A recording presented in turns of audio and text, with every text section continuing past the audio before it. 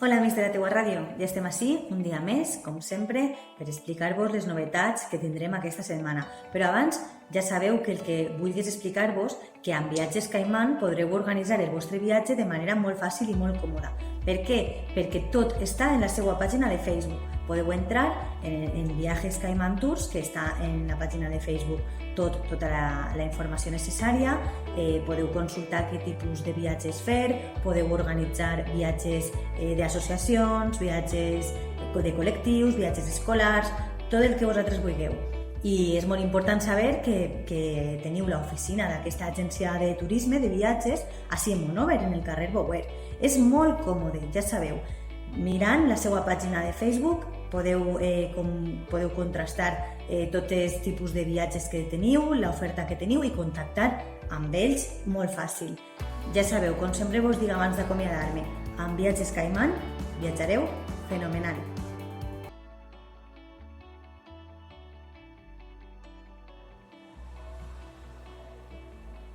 Hola, amics de la teua ràdio. Un dia més estem ací per explicar-vos les novetats d'aquesta setmana.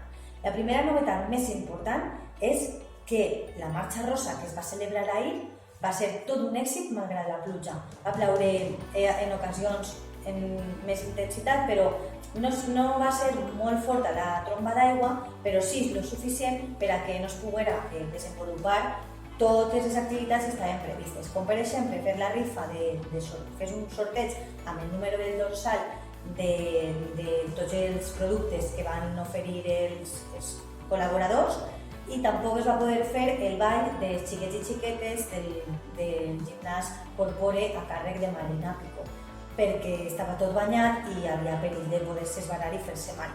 Aleshores, la solució que es va portar de seguida durant el transcurs del matí va ser que el pròxim divendres, este divendres 25 d'octubre, a les 8 de la vesprada, es facin aquestes dues activitats que queden en la Casa de Cultura.